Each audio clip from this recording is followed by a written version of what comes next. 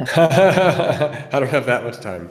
Okay, welcome everyone to this hangout with nobody else than Zach Harvey. He is the founder and CEO of Lamasu Crypto ATMs. Zach, how are you doing? I'm fine. Thanks, Lee. Thanks for having me.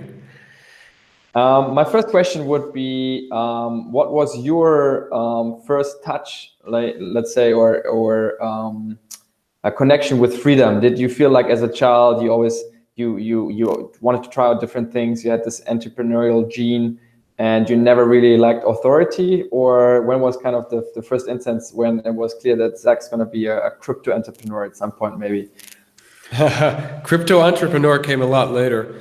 The honest answer is no, not really. My brother and I, Josh, who co-founded Lamasu with me, we started being entrepreneurs about 12, 13 years ago when we started a guitar store in Tel Aviv, in Israel.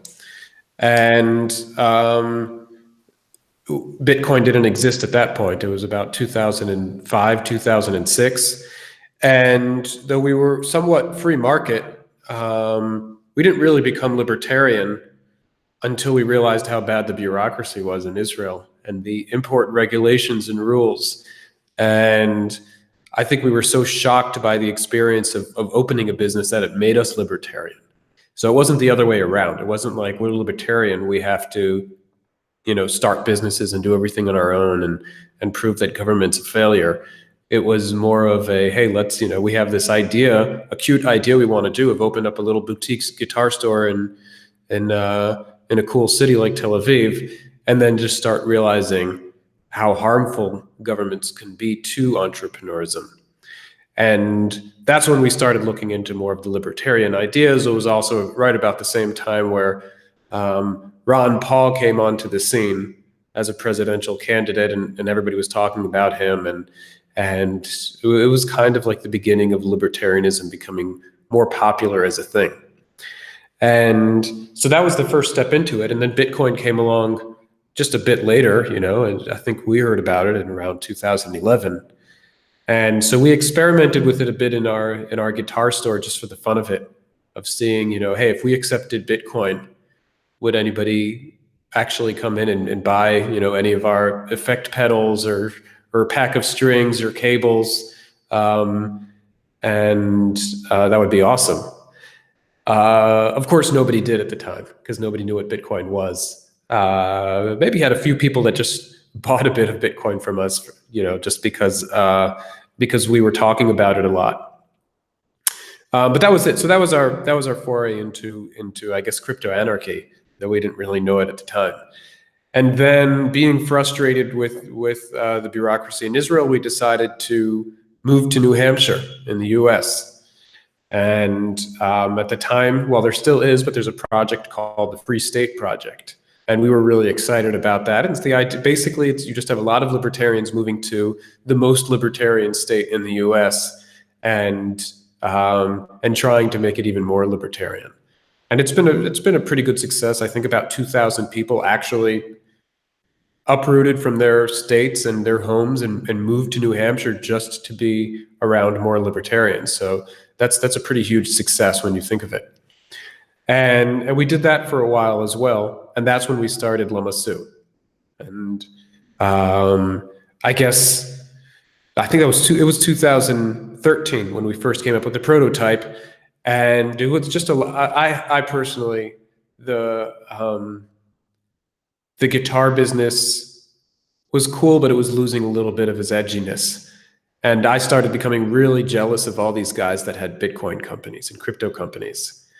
So Josh and I were both pretty eager to wind down the guitar business and get started on this Bitcoin ATM thing, which people were actually excited about, and it was fascinating. So we're like, yeah, let's go all in. Let's just do this. Let's be in Bitcoin.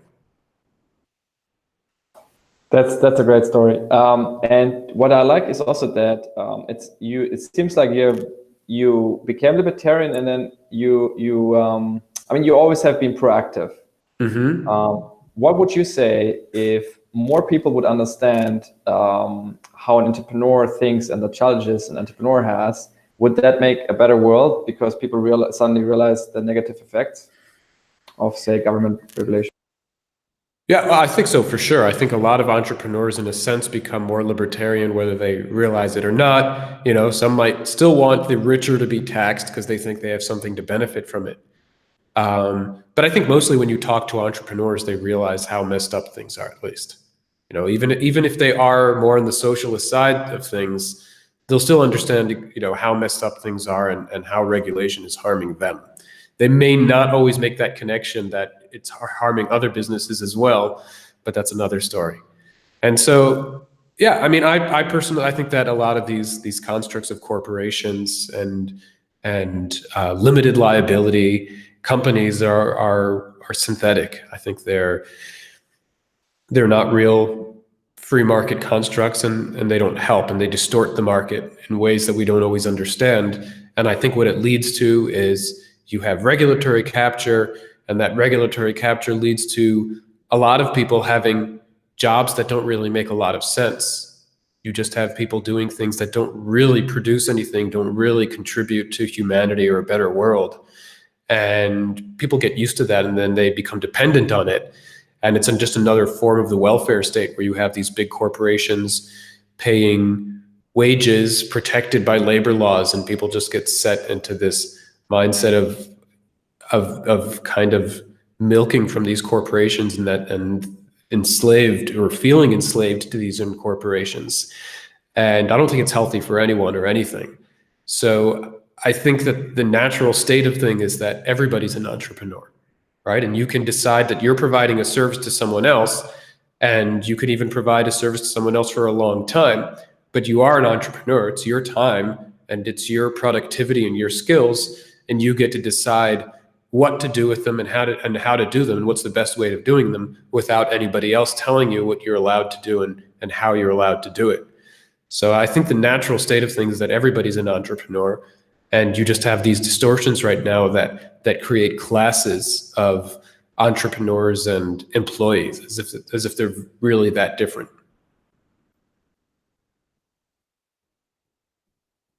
That's interesting. What I found was, in the end, this easiness of the government welfare state or corporates, it's attractive to maybe to our, it's addressing the comfort, and the brain maybe is optimized to save energy. So we go for the easy option. We like to do it easy. How can we reverse that? That people are prefer to take the easy thing instead of being self-responsible. Yeah, that's one of the biggest problems with the welfare state is once people are on it, it's really hard to get them off. Because if things are easy and you don't have a lot of risks to take, most people aren't going to want to go out and take those huge risks. And some people feel that they can't, or maybe they really can't. So if you are, the single provider for your family, and if you stop working, nobody will have food, then it's not that easy to just say, oh, well, I'm going to become an entrepreneur. I'm going to live freely. I'm going to get off of this system. It's like, no, I need this system to survive. And so it starts with what the alternatives are to the welfare state. And I think the more you have alternatives and people can start doing things that are a little different, then maybe it'll appeal to them at an earlier step or an earlier stage in their life. Maybe when they're teenagers or in their early 20s, they'll say, oh, well, I can take this little risk right now. What's the worst that can happen? And then the later on you are in life, the harder it is to change that around. So there's something's a simple answer, and it's not easy. I started being an entrepreneur relatively early, in my mid-20s. So it's, I can imagine that if you've just been in a job until you're, late 30s, it's very difficult to all of a sudden say, well, I'm going to take a huge risk now and, compete with all these things that I'm not used to and haven't learned. Am I too old for this? And that's where it gets tricky. So I don't know if there's any really simple answer of how do we break the system, but I think it's just as anything else that I see as libertarian is offering alternatives to what the government systems, and trying to look at things differently and saying, yes, well, things do suck that I'm not allowed to do this, I'm not allowed to do that, but how can I kind of force an alternative given all of the technology and information that we have today. What is Bitcoin for you? What does it represent for you? Exactly that. It's an alternative as far as money and currency. And so if you don't want to use fiat currency, you don't want to use the government currency because you don't trust it, short term, medium term, or long term, well, now you have an alternative. You can use Bitcoin if you don't want to use fiat currency. And if there are a few more people in the world that want to use Bitcoin, then you have a great system. And if nobody else does, then of course it's useless. So Bitcoin is a decentralized form of money that has some really great qualities as far as money and currency are concerned. As far as the foundations of money or fundamentals of money are concerned, and that's what makes it so beautiful. It's not just it has really, it's one of the best engineered monies you can come up with, and perhaps the best money we've ever had.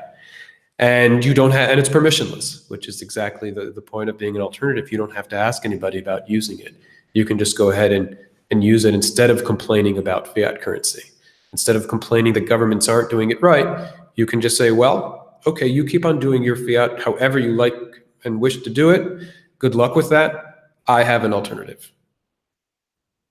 And on top of that, probably it's a very good lifeboat, because the downside of the welfare state and too many people demanding a solution that actually is not a good solution. The downside of that is that the government constantly is reducing the volatility and trying to play safe, but then you build up enormous debt, right? And I mean, the retirement systems, I don't know if it's so anti-fragile, right? And so right. if people can actually gain anti-fragility through investing in a better alternative, or go with a better alternative. Yeah, it's not going in a direction of getting better. Let's put it that way. As far as fiat currency is concerned, I think the global debt is about 250 trillion. That's a lot of fake money. And so if you see that and understand that, and I mean, you don't necessarily have to be a libertarian to see that that's a problem, but libertarians are usually the ones that say, hey guys, don't you think this is kind of messed up, and how are we going to fix this? Versus, some people that are more on the socialist side of things just think it's normal and it's okay. And so if you think that it's messed up and you think that this is not money you can trust, you don't have debt with Bitcoin. And so you can bet on that as a better store of value in the future than fiat. And that's the bet you're making when you invest in Bitcoin. And so exactly, that's a great way to do it. And I mean, it is scary thinking of what will happen, either the next crisis or the one after that, when it really gets to a point that it can't recover from. And so that is the lifeboat you want to be on. Is, well, I have a system that is not dependent at all on fiat, that's independent of it. And if fiat fails, well, I'm still going to have Bitcoin. When I started becoming a libertarian, it was mainly that I always felt something is wrong, and the answers I received from school and media, they didn't really add up. And suddenly, when I learned about these alternatives like Austrian economics, it made just so much more sense. It's so much more consistent itself. Mm-hmm. What were the questions that you asked yourself about the world, or about things that you found not adding up really, or being odd in the world, that were kind of keys to I think it's always like, first you need to see a problem, or you have to have a question, and then you figure out an alternative, right? And that's really understanding a better system. You actually do proper research and education for yourself. What was a question that inspired you to think differently? And I mean, for you mentioned it, this bureaucracy stuff that you had to handle with your first business, and then maybe also like what were good questions that you figured out to inspire other people to think beyond. That's your job, 9 to 5. That's the government, right? And that's to be that way. Yeah, well, as I said, it definitely started. It was kind of like that shock moment where where I really felt that we were done wrong by the government when we opened our business. And there were a few things where I just couldn't believe that they were happening. And so the first question was, is this something personal against us because something we've done wrong and we've fallen into some kind of trap, or is it possible that all of the businesses go through this? Because if so, that's ridiculous. That's impossible. How can the world work if all of the businesses have to go through this? It just doesn't make any sense. And so that was that shock moment when I realized, yes, all businesses go through that. All businesses get audited for, ridiculous reasons. All businesses have to go to these absolutely horrific bureaucratic agencies that are the only reason they're there is to slow you down. It's because they don't want you to compete in a certain way. And so I studied political science in university, and there were some classes on economics. And I remember being fairly convinced in university that while free market is a good thing, you need government regulation to level the playing field to make sure that you have competition. And that was something I was fairly convinced of. It's like, you need the free market, but hey, we really, the market can get out of control, and we need someone to, the grown up in the room to make sure that everything goes over smoothly. And and then when starting the business and seeing how government does the regulation, I'm like, nope, we don't need that. No thanks. If this is how it's done, then no thanks. And then of course that led me to look into, oh, okay, well, let's see what other maybe it's only regulation on importing that's terrible. Let's see what else is going on here. And then if you look at Israel as a country, there it's successful because of the high tech industry, which isn't really regulated because they never figured out how to regulate software. And by the time they did, maybe it was too late. It was just, they didn't want to hurt something that's a cash cow. But everything else in Israel is totally backwards. So in Israel's kind of like half of a socialist semi-third world country, and half of it was one of the most advanced countries in the world. And it's like a mix of things, of the industries that are regulated versus the industries that aren't regulated. And the industries where you do have strict labor laws and unions, and the industries where you don't have strict labor laws and unions. And it's just split down the middle right down there like that. So, it's seeing the polar opposites in Israel and how things work helped a lot. And then everywhere we go, you get to know what to look out for. Taxes are part of it, of course, but I think regulation is a lot worse for a country. If a prime minister would ask you for consulting or advice to make his country better, what would be like the key points that you would suggest to do?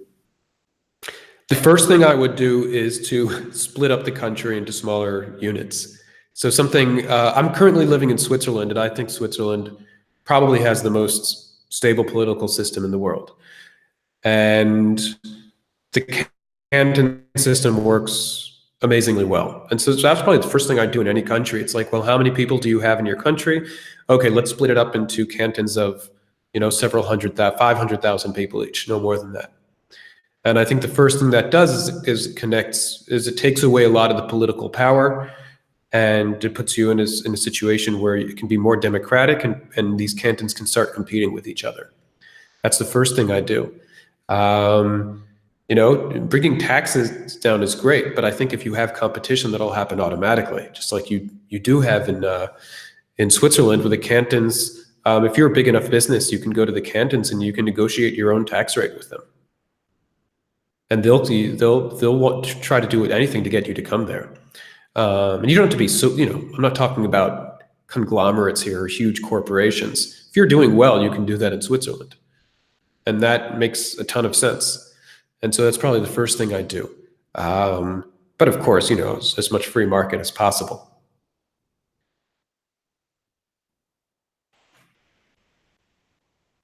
Is it me that's frozen, or?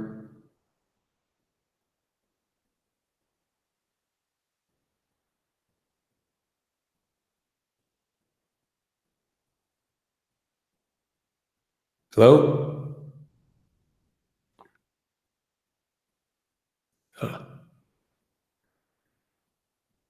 I can't hear you now.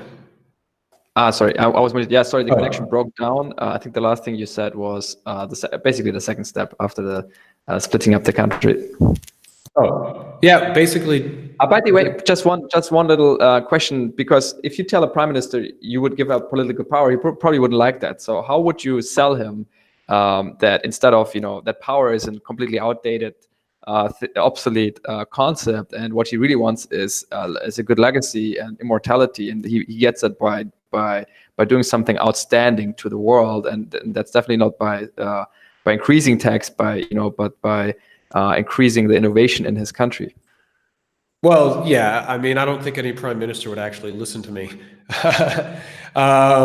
which is, but if you're asking hypothetically what I think would make a country better, that would be the first step is making it, well, honestly, breaking the centralized points and making it a little bit more decentralized and having smaller units where I think democracy can actually work. And I don't think democracy is as successful in populations of 5 million plus, and definitely not in populations like the US over 300 million people. It just doesn't work. It's completely broken. So that would be the first step. Whether a prime minister would want to do it or not, and you can sell him on his legacy is that's an entirely different question.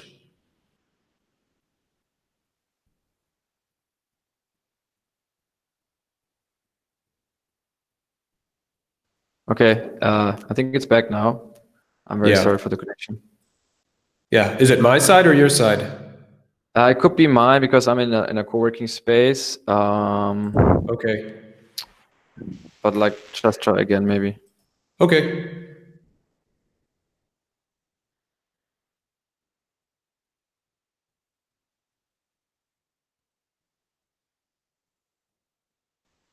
What was the question? We were just talking about the prime minister question, and yeah, Yeah. So what was the second suggestion that you had to make a country better? well, obviously less regulation, as little regulation as possible. Let the market do its work. Taxation is separate. I would be happy with no taxation, but if being a little bit more realistic in a state situation, then lower taxes would help. But I think regulation is the big killer. Okay, and another thing that's interesting here is that you said you were traveling, you were relocating to New Hampshire then, and that's in fact maybe you know about the flag theory, right? That you vote with your feet and your money. So instead of saying, okay, I'm a citizen from country X, I have to stay here and I belong here. You see the whole world as your world, and you go where you're treated best. And through that, you incentivize good behavior of government, so at least they understand that people are not that restricted anymore. Is if you would maybe that's also because we talked about it before. This is the hard part, to give up trusted environments, relationships, and network. What would you recommend somebody to do? And what are the key benefits of an internationalized lifestyle? The key benefits are you get to come in contact with different cultures and different people, and you can really learn a lot more about the world and people in general and how things work. But it is unsettling, meaning if you're just stable in one place and you don't have to worry about moving all the time and learning, at least trying to learn different languages, it's a lot more calm, right? It's more of a calming experience, and you have stability and you can build on that. So there are advantages and disadvantages to both. And I think at certain points in life, you want adventure and you want to be able to do a lot of learning about different cultures. And there's a certain point in life where you want more stability and you just want to be left alone and work on something without being distracted. So if you're moving from country to country, there's always going to be tons of paperwork. Residency isn't easy anywhere, really. In my case, I'm not an EU resident. So anywhere I move in the EU or Switzerland, it's a lot of bureaucratic work, and then you have to get used to that system. So I can't say I recommend moving countries every year. just to try to see where it's like, and it's not that easy either. But on the other hand, if you do have a certain flexibility and you're not tied down to any one place, then you should at least try going somewhere once and try to see what it's like and how it compares. You know, there are people that never leave the US or possibly even never leave their state. And so that's all they're really going to know and understand. And so seeing it from a different perspective I think is helpful to me. So I was born in the US and my family moved to Israel when I was younger. So I always had a bit of the American culture, and then I grew up in the Israeli culture. And so as it is, I'm already not like a purebred as far as citizenship or residence is concerned. I'm already was kind of, like a dual culture. And so Europe felt like somewhere in the middle for me. Europe is somewhere where I feel that people aren't that different culturally than I am. And I actually probably felt less at home in the US culturally than I do in Europe, for whatever reason. And it's hard to say if that's actually going to change anything as far as the governments are concerned. And at one point, you can see in the US that they are cracking down on it a bit. Like the US, if you have a foreign business, they're going to tax you even more for it. They're not going to make it easier for you to get rid of your citizenship if you don't want it. And it's probably going to keep getting worse and worse. So when countries depend on you to a certain point and they don't want you to move, they have certain tools to stop you from doing so. And that may over time get worse if they want it to. But there's also the other way of saying, well, what can we do to keep our people here? And you have, like, Israel at one point had lots of brain drain.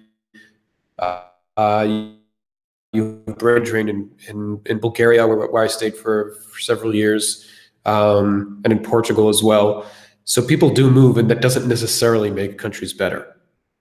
When countries do get better over time, you do usually come back, though. But I guess that's another story. I'd like to know more about Lamassu and when you started and what you do and how you actually decided to start that.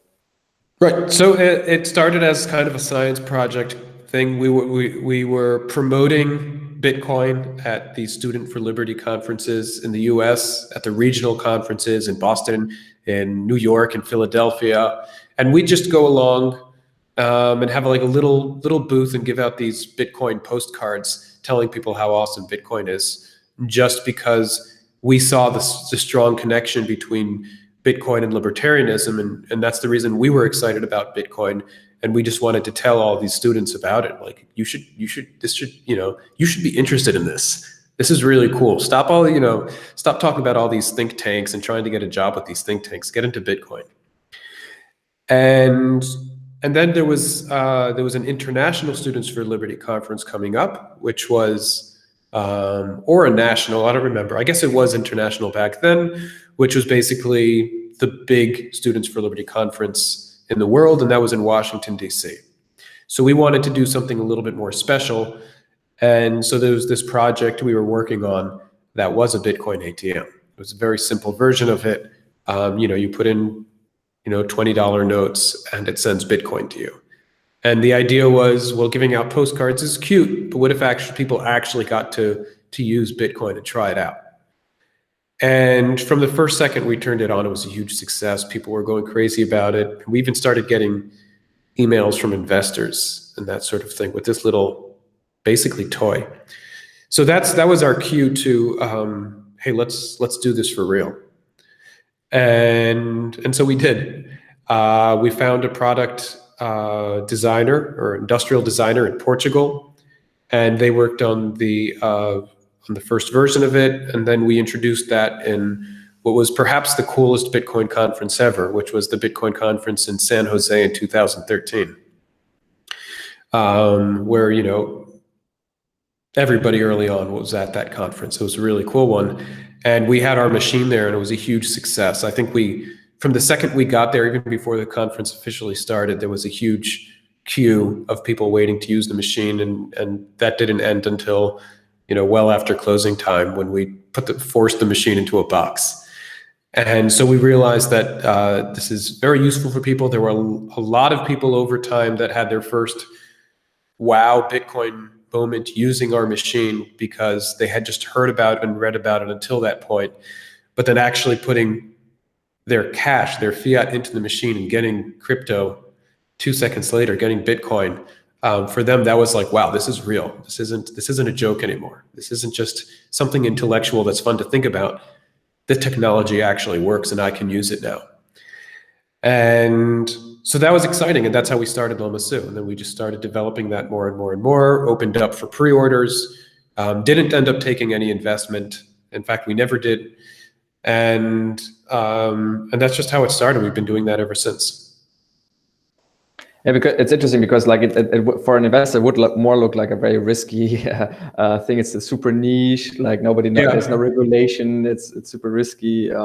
But then you had the really good market feedback. Probably it was also the right time in 2013. The people there weren't any Bitcoin ATM, so Right. for the community it was very important. Right, exactly. And the flip side of that is that during the bear market of 2014, when our sales had dropped to almost nothing, is when we started looking for investment, which of course is the worst time to look for investment, but we thought we needed the money. And after talking to a few investors, we just gave up. We're like, we don't want to do any of the things they want us to do. It's not how we envision our machines. We want these machines to be distributed, and we realize we never had like a terrific business model as far as investors are concerned, right? This isn't the kind of business that's going to give them the kind of reward they want. And it was very important for us to keep this as a grassroots solution to people who want to either get their first Bitcoin or have an easy way of doing it, and at the same time not risking the privacy of the end users.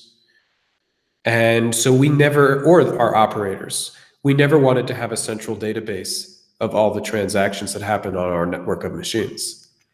And that was true when we had, 20 machines in the wild, and it's true now when we have almost 500 machines in the wild. We don't want all that information going through us. We don't want to have, it's toxic waste. We don't want to have any information about our operators or the end users, because if we do, somebody will ask them for us. Yeah, so your website is very sleek, and you also just announced a new model, which looks really impressive. You seem to do well.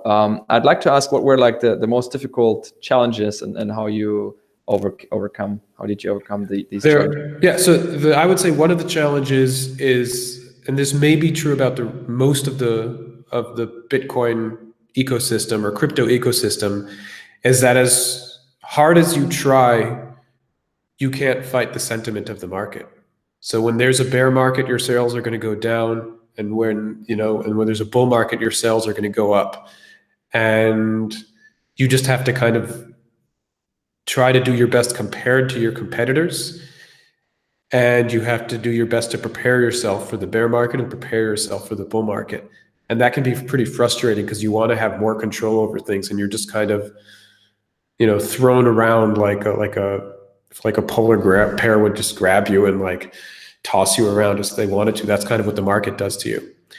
And so you have to be able to surf the waves, and that can be frustrating. It can be difficult, and especially because there's a lot of uncertainty. And then the second part of it is you really want to use crypto, but there's some things that are still very difficult. Like, for instance, the volatility of crypto, you have to deal with that. You can't just accept crypto and leave it there, or you'll sell machines in the bull market, and then you'll have to pay the bills in the bear market, and you'll get destroyed. So it's hard to be responsible and do the slow thing in crypto, but it's kind of the hedge you need to do. You have to say, well, as it is, I'm in this really crazy industry that I have little control over. So I have to keep things as steady as possible on the other side of things. I have to make sure I hedge the Bitcoin right now so I have money to pay the bills.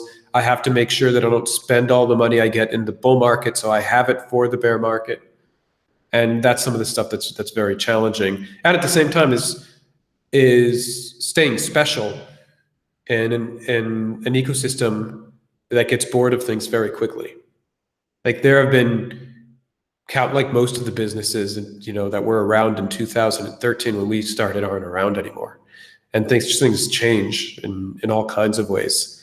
So it's staying steady and kind of trying to be a normal business in a crazy Bitcoin world has been challenging. I'd like to pick your brain on a difficult topic. You mentioned the importance of the privacy of the user and this decentralized philosophy. Now, as we know, Bitcoin appeared because of a problem in the financial system, Right. both because it's problematic for everyone involved, inflation and this high volatility and financial crisis all the time. But then also at the same time, it's highly regulated, right? And I think Andreas Antonopoulos in one talk, he said it's like a golden cage, and there's no innovation inside, and that's why Bitcoin had to be completely outside of all regulation. And right now, with the advent of unregulated transactions peer to peer over the internet, suddenly they figure out, okay, now we have a problem. This could potentially take away quite a decent amount of market share, maybe.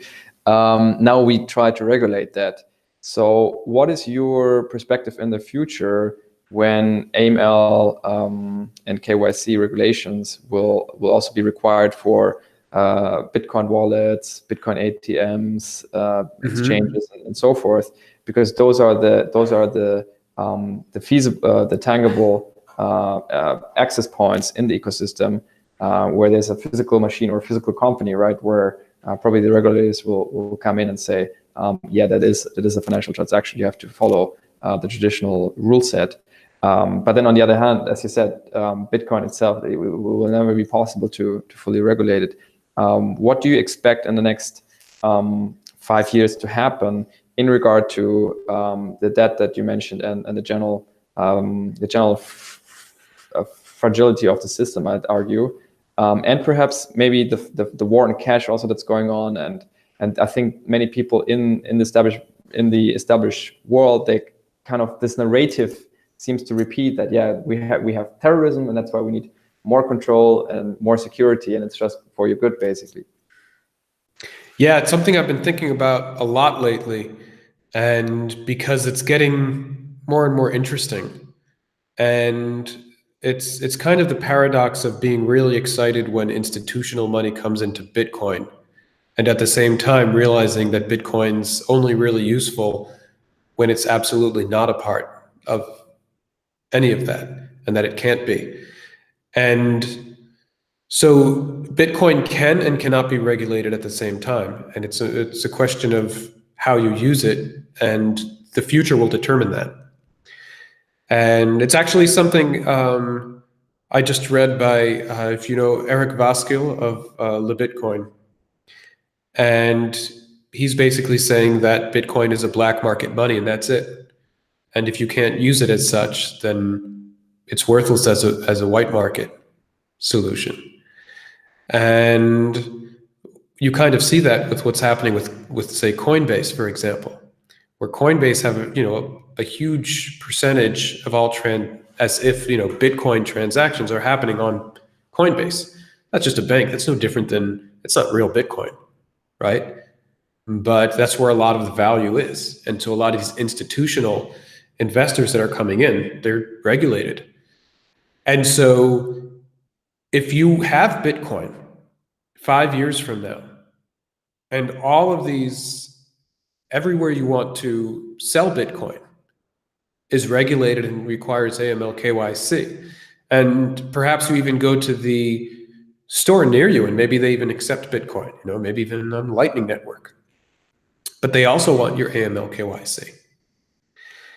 And if you put all these things together and you can't sell Bitcoin, that's your regular Bitcoin, without AML KYC, then it kind of is regulated, isn't it?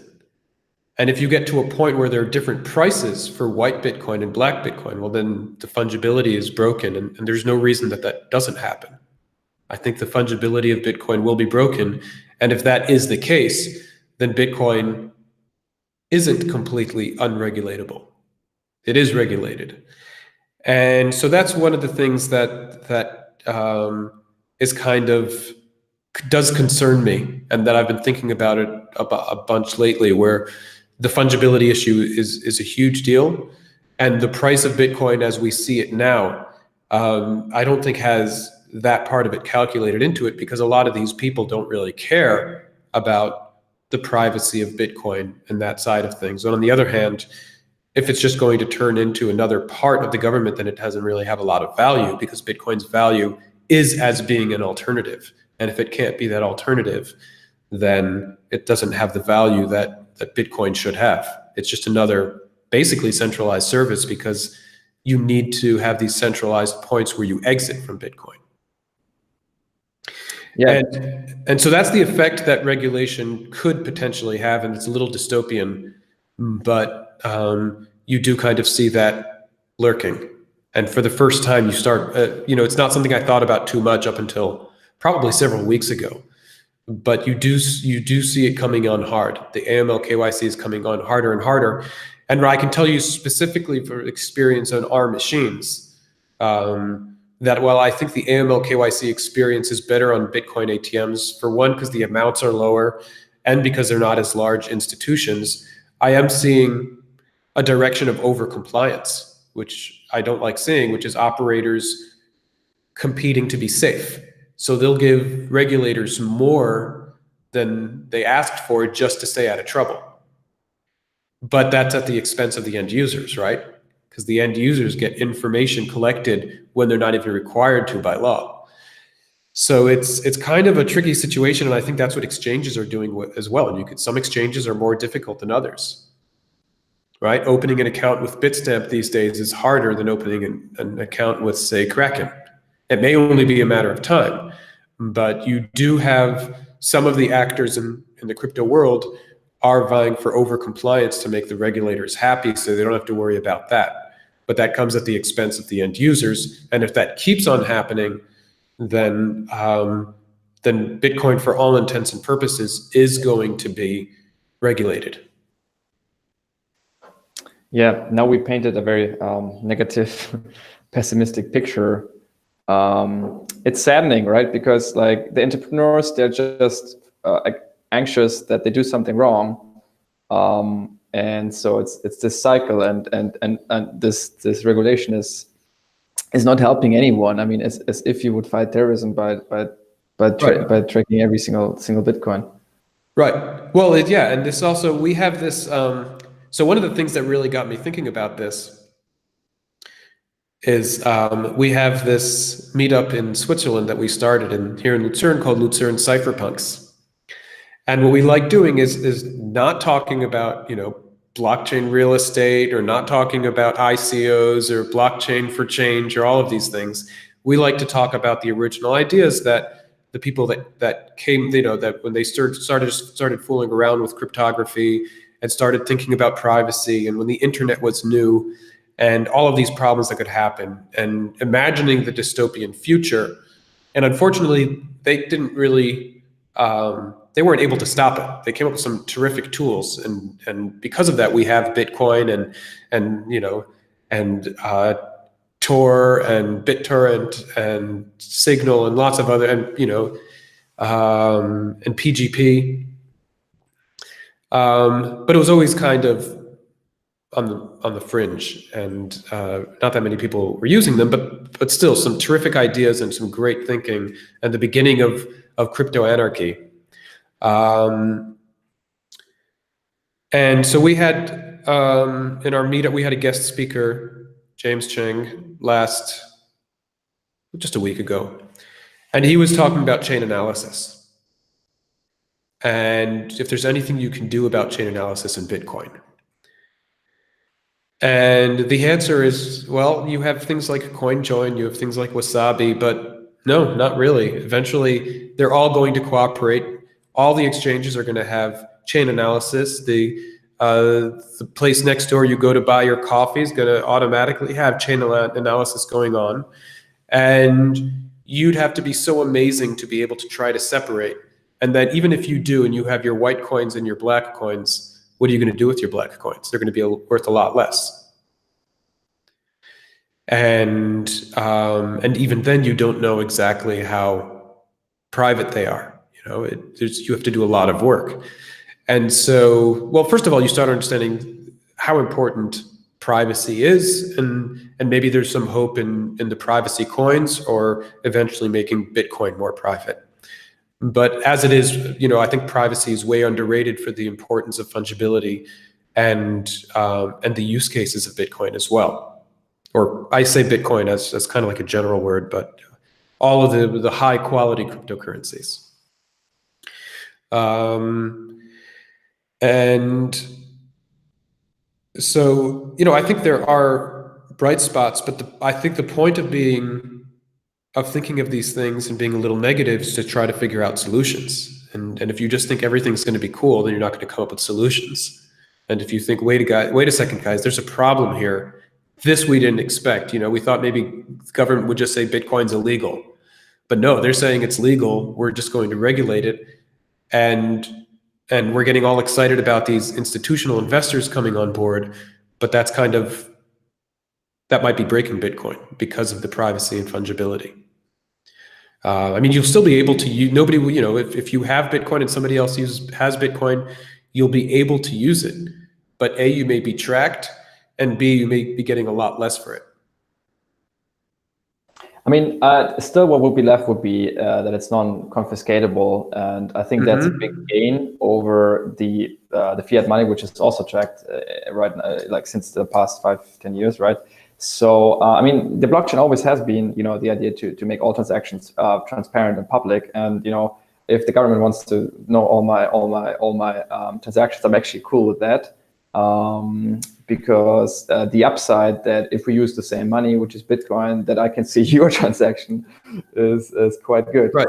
Well, and there's another argument that if the Bitcoin price goes up that much because everyone's using it, even if you have to sell them for 30% less to do them in an informal market, it may still be well worth it, and the best choice of coins you have out there anyway, and it's the most secure, and all of the good arguments you have for Bitcoin over other coins.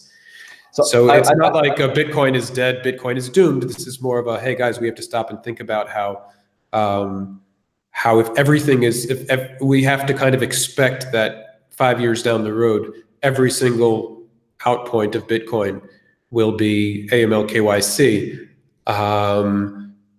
unless we come up with some really good solutions. Yeah, I think the solution has to be only, to be forward oriented, because the more fear you have, the more you get put in a corner and pressured down, and that's not gonna solve the problem. So I think as a Bitcoin community, we have to be very proactive, and that's also what I want to try now with the interview here, that we say take it into a more positive picture again. And what I liked was the presentation that you gave in Belgrade, where you connected basically the positive energy of do-it-yourself, of the do-it-yourself community in general, and also punk rock or culture in general. And so that's the point. Like when this is all fear-based. Like the government is so scared, or the banks are so scared to lose their SWIFT licenses and stuff, and so they crack down. And all the exchanges are scared that they get out of business because they don't comply.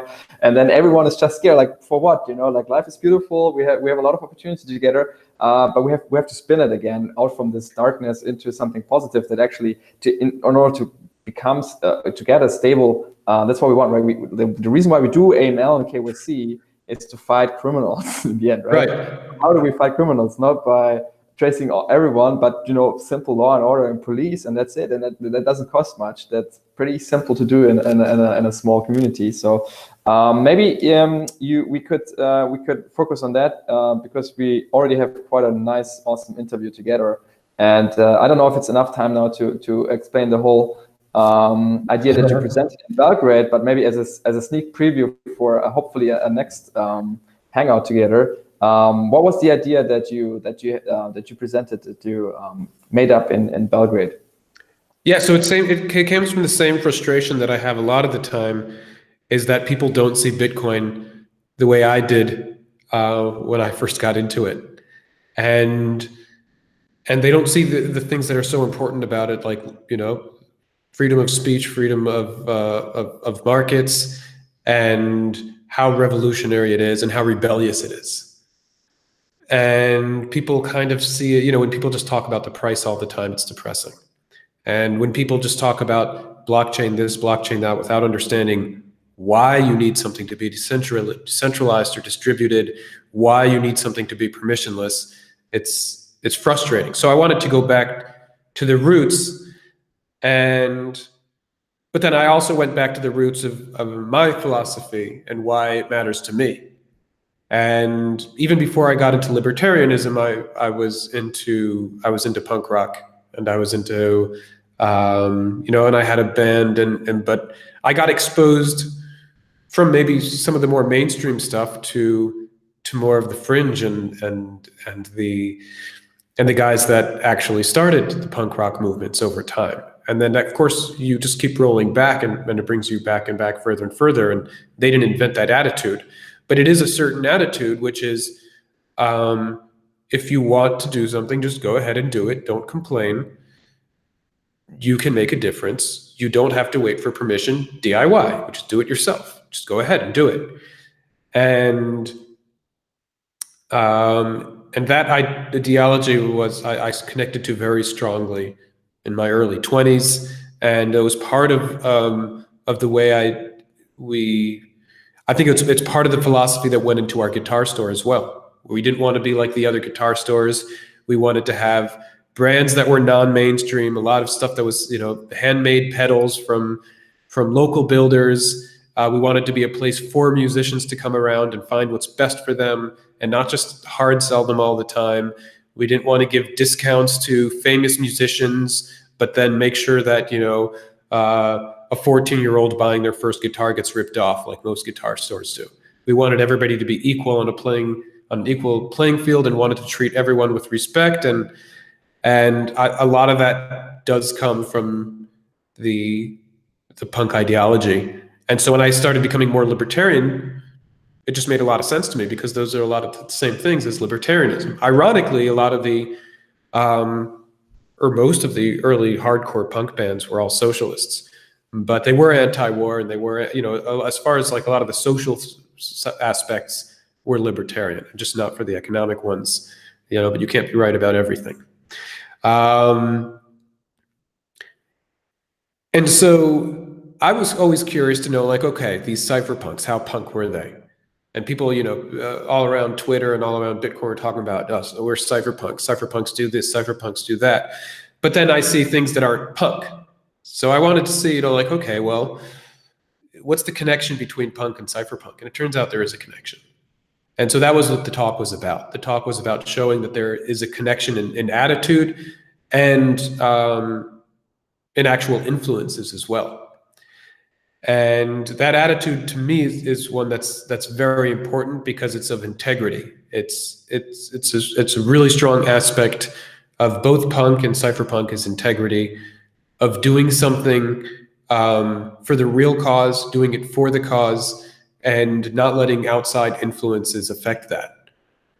And so, for instance, in punk, you have this, you have a term which is a sellout. And a sellout is what happens, what you call a band, when they start off in the community of doing everything independently, and then they're offered a big, juicy mainstream record deal, and they take it. And then they basically do whatever the mainstream label wants them to do, because they're getting paid that money. So they take the money over integrity. And that's considered something, it's something that's really looked down on in punk. And so that's an example. And so to me, it makes sense to apply that to cypherpunk as well, and to try to say, well, what are people's funding models? Where do they get their money from? What are they doing this for? What are their real ideals? Can we trust these people to actually work for the community, to work for cryptocurrency, for decentralization? Or do they owe somebody else some product that they're not telling us about because I know they're getting money?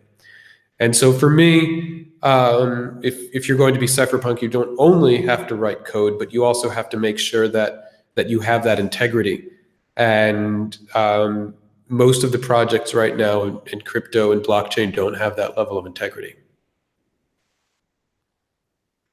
I'd like to finish by coming a little bit back to the initial thing you mentioned, the rebel a couple of times now. Yeah. I think, would you agree that basically all this regulation and this fear about the new thing is just that people in general, I think, have a need to control their lives and to maybe to an extent control the environment. And so there are two ways approaching this: either by getting in a government job or a corporate job, and control your own life, of course, but then try to impact the world with your subjective view. Whereas the entrepreneur is always the rebel that basically fixes then the problems that are created. And so would you agree that maybe the big problem is here that people lose this trust that it's actually possible that we live together and everybody just basically does what he wants as long as he doesn't harm anyone else? And like you can also see it in children, right? They have in infinite creativity to come up with imaginary worlds and create things ongoingly. And so this creative power to just do things, try them out, and see if it works. That is kind of the core for better future, for more innovations, for good entrepreneurship, for all the things that we basically rely on at the end of the day, because everything we use, we see all our prosperity is based on entrepreneurs being rebellious, creating something completely new that hasn't been there before, right? And Bitcoin kind of is a very focused and nuanced version of that rebellion. Yeah, well, there's definitely a lot of de-risking going on, and a part of that is the education system of, you have to go to school for ridiculously a long amount of, I mean, you have to go to school from some places from like 2, 3 up until you're 18 at the very least, and then you go to university, and if you don't do that, then you're not going to be successful, or at least that's what they tell you. And then you have to go and find a job. And when you kind of have that system of you can't really make any decisions for yourself until you're 25, it's going to be hard to de-risk that and then just say, okay, well, you've done all this stuff. Now throw that all away and start doing your own thing. Versus if you're brought up to take more risks and, what do you have to lose mentality? And then I think people would have a lot more creativity and people would be able to make more choices on their own. So the first question is how you break that. But I think tools like Bitcoin are terrific for that, because what you're saying is, well, you can make money anywhere in the world. If you have a skill anywhere in the world and you can offer that to anybody else anywhere else in the world, here's a great way for you to be able to provide for yourself. And if you're able to do enough of that, you'll do very well no matter where you live in the world. So I think it's a great equalizer. And at the same time, it's something that is possible. You can imagine bigger things than you could have 10 years ago or 20 years ago. And of course, the internet is a big part of that. But the next stage of cryptocurrencies, and if we get lucky and they actually work, then decentralized apps and decentralized corporations. And if you have more and more ways of doing stuff without asking for permission, that's terrific. And then I think people are more willing to join into a rebellion than start one themselves, and especially if they see more people doing it. So I definitely think that there is a lot of value in getting as many people onboarded to cryptocurrencies as possible now. And because it's still easy now, and it's easy as far as regulation is concerned, at least. It's not easy as far as... A quick question here, because Lamassu is proud to be, I think, the most beautiful designed machine in the ATM manufacturing industry. Thank you. How important would you say is design, user interface, user experience? Because that's a bit behind. It's still hard to save Bitcoin. Like private key management is horrible. It's scary. People lose their coins. They don't want to take responsibility. Like, how important is that next step in your eyes? It's necessary. If you do not have good user interface and good user experience, people are going to have really bad experiences, and they're going to blame Bitcoin for it, not the application. And Bitcoin's not to blame. The usability of the application is, and we don't have that yet. And that's one of the disappointing things. You have billion-dollar companies, you have billions of dollars in Bitcoin, and you don't have one really decent wallet to use for Bitcoin or other cryptocurrencies. And security is virtually impossible. So what do people do? they use centralized solutions. And the second you use centralized solutions, it's worthless, it's useless. And so it's possibly the most important thing. And even if you think Bitcoin will succeed anyway, and it might, if you have if you have a financial crisis and people actually do want to move over to Bitcoin, and there's no easy way to do it, they're going to lose money. They're going to get scammed because they're going to trust people they shouldn't because they don't feel they have any other choice. And they're just going to generally misuse it and get confused and leave it places, or you put it on centralized exchanges. So I think it's absolutely necessary to have good user interface and good user experience. And the design is helpful for inviting people over and saying, hey, listen, I'm signaling that I care about these things. And this is not intimidating. Look, I'm a nice looking machine. Come and use me. We'll do this. We'll do this in a really friendly way. And that's something that's important for us and we try to do. And we've always wanted and hope we can in the future do that beyond Bitcoin ATMs. But it's definitely one of the things that's most important to us at Lamassu is to make things easier. Let's make things easy and let's make Bitcoin beautiful. Anything else you'd like to say to the world, and maybe where can people follow you on social media? Oh, well, absolutely check out our site, which is lamassu.is. We have a brand new model up, which is our Gaia, which is our most accessible machine yet price-wise. And as long as the rest of our machines, which are terrific and getting better every day. And then as far as online, well, we have our Lamassu Twitter, which is at Lamassu BTC, or you could follow me, which is Zach, at zharves. Awesome. Thank you so much for this fantastic interview, Zach. Best of luck with your endeavors. And I hope for another interview at some point. Yeah, thanks a lot, Lee. I had a good time. It was a good chat.